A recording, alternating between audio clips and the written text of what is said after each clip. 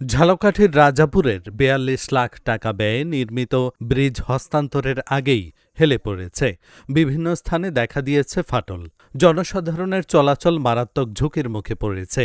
যে কোনো সময় বড় ধরনের দুর্ঘটনার আশঙ্কা রয়েছে।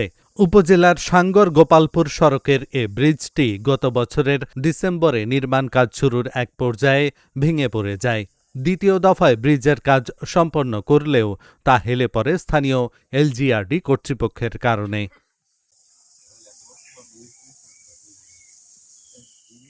এর আগেও নির্মাণ কাজ চলাকালে এটির একটি অংশ ধসে পড়ে যায়। সেবার নতুন করে নির্মাণের প্রতিশ্রুতি দেয় ঠিকাদারের লোকজন এবং স্থানীয় এলজিইডি কর্তৃপক্ষ। খাম্বা এবং সবকিছুই দেওয়া আছে, হ্যাঁ, কিন্তু খাম্বাও দেওয়া আছে এবং রেল পোস্ট ডাবল পোস্টের, হ্যাঁ, কিন্তু এর পর ডাবল দেওয়া আছে কয়টা খাম্বায়।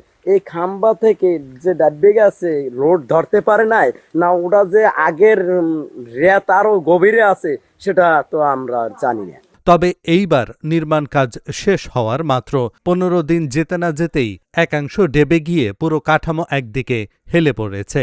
এতে জনসাধারণের চলাচল মারাত্মক ঝুঁকির মুখে পড়েছে। এখানে কাজের মান অবশ্যই খারাপ হয়েছে। এরপর এখানে দক্ষ লোকও মনে হয় ছিল না, এর পেছনে যারা কাজ করা হয়েছে। এরপর গাফলতি তো আছেই, এটা আমি মনে করি। এই কাজ তো সম্পূর্ণ হয়েছে হয়তো ১৫ দিনের মতো এরকমের হয়েছে। যে কোনো সময় বন্ধ করতে আমরা কোনো নাম করিয়ে যাইবেন, নিম্নমানের নির্মাণ সামগ্রী ব্যবহার এবং তদারকির চরম অবহেলার কারণে ঢালাইয়ের সময় ব্রিজের একাংশ ডেবে যায়। পরে সেটি ভেঙে পুনর্নির্মাণ করা হলেও কাজ শেষ হতে আবারও একই অবস্থা তৈরি হয়। এতে পুরো প্রকল্প নিয়েই প্রশ্ন উঠেছে।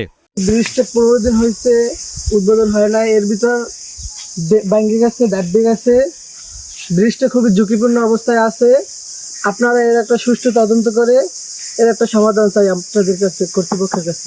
ঢালাই দেওয়ার সাথে সাথে এই ব্রিজের টোটাল কার্যক্রমই ছিল নিম্নমানের। আপনার রড থেকে শুরু করে সিমেন্ট থেকে শুরু করে সবকিছুই ছিল নিম্নমানের, থেকে ডাব্বি গেছে। ঠিক আছে, ঢালাই চলমান অবস্থায় ওপার থেকে ডাব্বি গেছে। ১৫ দিনের মধ্যে ব্রিজটা ডাব্বে গেছে, ভেঙে গেছে, ফাটিয়ে গেছে সবকিছু। এই ব্রিজটা কি দিয়ে করছে না করছে তো আমরা জানি না, হেরাই পড়ে কন্ট্রাক্টররা বোঝে। এ ব্যাপারে এলজিইডির উপজেলা প্রকৌশলী অভিজিৎ মজুমদার ক্যামেরার সামনে কথা বলতে রাজি হননি। এই দপ্তরের সিনিয়র সহকারী প্রকৌশলী জানান, কাজ শেষ হওয়ার পরের বিষয়ে তিনি এখনও অবগত নন। তদন্ত করে দায়ীদের বিরুদ্ধে ব্যবস্থা নেওয়া হবে বলে জানান এই কর্মকর্তা। প্রকৌশলী নির্দেশ ক্রমে আমরা সাইটে গিয়ে কিছু ত্রুটি দেখতে পরিলক্ষিত হয়। সেক্ষেত্রে আমরা সরাসরি ওই ব্রিজটি ওখানে বোধহয় স্ল্যাব আপনার কাস্টিং ছিল, স্ল্যাব কাস্টিংটি ভেঙে ফেলার জন্য আমরা নির্দেশ প্রদান করি।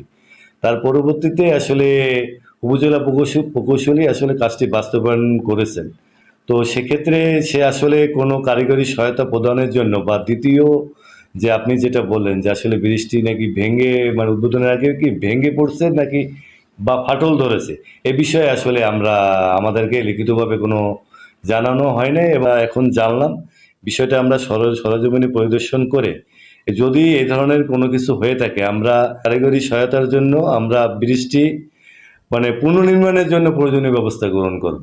অভিযোগ রয়েছে প্রভাবশালীদের ছত্রছায়ায় দায়সারা ও নিম্নমানের কাজ সম্পন্ন করা হয়েছে।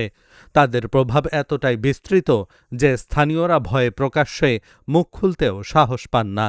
এই ঘটনার দ্রুত ও নিরপেক্ষ তদন্তের দাবি জানিয়েছেন তারা। Dhaka journal news desk.